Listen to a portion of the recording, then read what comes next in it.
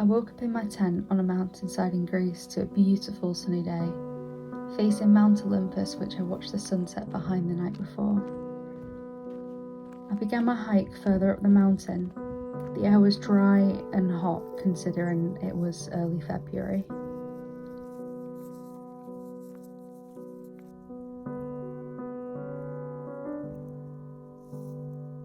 I collected water from a nearby creek, but don't worry, I used a filter. It was at this point that a shepherd, or in this case a goat herd, I think that's what they're called, approached me, and I so wish I got this encounter on camera. He was dressed in traditional shepherd's clothing with the cloth robes, complete with a big wooden stick, the shepherd's crook I believe it's called. It was like a flashback in time. He began to speak to me in Greek, but upon realising that I didn't speak the language, he repeated the word goat before leaving. I know he had goats with him because I could see and hear them. They had bells around their necks. It was very sweet. He was probably telling me that his goats drink from that stream, but again, I had a filter. I'm not really sure if he saw it or not. And I'd filtered worse water than this before. He left, and not even a minute later I climbed out of the creek, and the man who I saw was nowhere to be seen, and where I was stood I could see in every direction, so I was quite perplexed. I continued my way up the mountain and started to come across some ruins, what looked like a dismantled structure with materials and sheets of metal strewn across a field, which is very jarring when you're in this like beautiful Greek countryside on a mountain and there are just materials and man-made objects littering the mountainside. The path that I was following took me through some shrubbery, and my massive rucksack that I just carry with me on these hikes kept catching the thorny twigs, but eventually the narrow dirt path led me to a paved road lined with lampposts, and in the distance I could spot some buildings. The whole area felt run down, empty and very out of place. I thought, why not take a look and hope that I wasn't about to become a victim of a horror movie cliche. I explored one of the houses, the largest one on this abandoned street, and immediately noticed the goat droppings that carpeted the floor. I felt oddly comforted by this. Something about knowing that multiple animals had traversed here made me feel that bit safer, but still I was wary.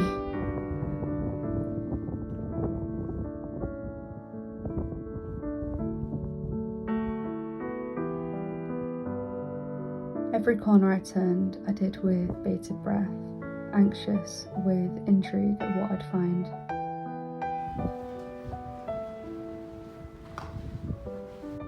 The mass graffiti that adorned the face of every wall, along with cigarette butts and broken bottles, told me that many people who had visited had come and gone.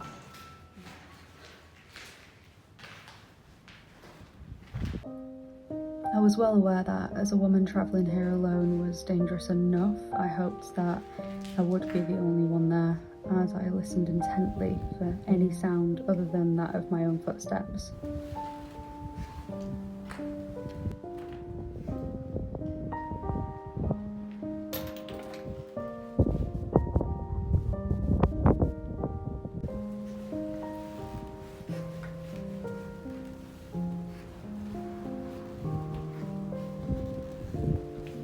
The dark corners loomed, as if each hidden room was waiting for a jump scare.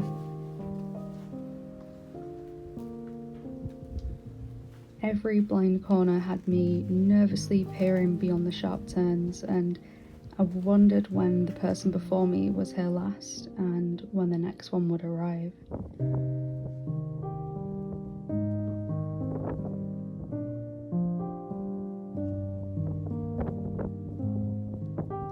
That thought made me swiftly head for the exit and the suggested arrival of golden hour that brought sunset. I thought it'd be dark soon, and I don't think I'm quite brave enough just yet to journey a foreign land's abandoned village on my own in the pitch black.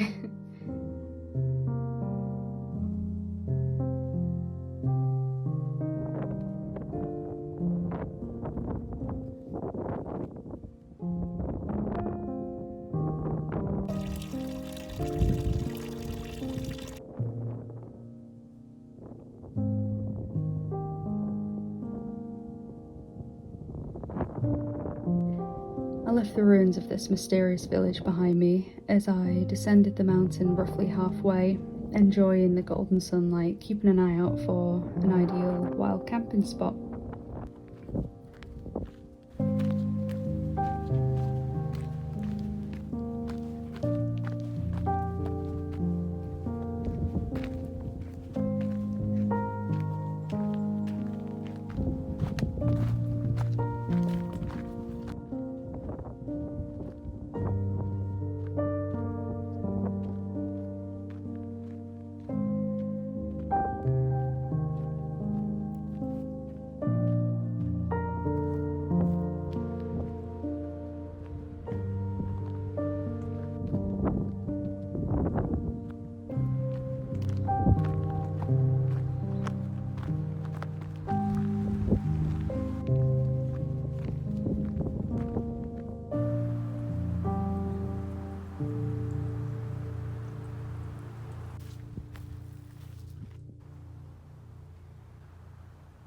After venturing through woodlands and open mountainside, I eventually found myself nearing an open body of water.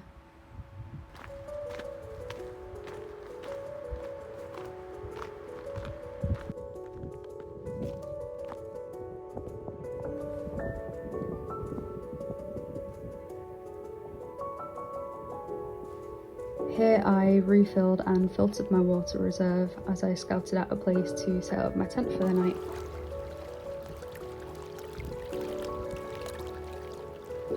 I found the perfect spot between the trees, overlooking the lake, and pitched my tent as the sun set over the distant town, with its twinkling amber lights welcoming the pastel blue into fiery orange.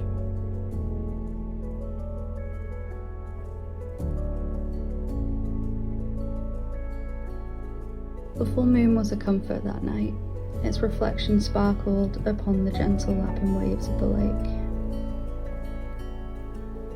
So I hope you've enjoyed my video. Feel free to comment, like, subscribe, all that stuff if you want for solo hiking, wild camping and travel content. I do post quite regularly. And the full video of this solo hiking and wild camping trip in Greece is up on my channel. You can find it here. And the full video doesn't have this commentary, so if you prefer it without or with, I do hope that this shorter video does give you more insight on this journey, whether or not you've seen the other one. So thank you again, and I hope to see you guys soon.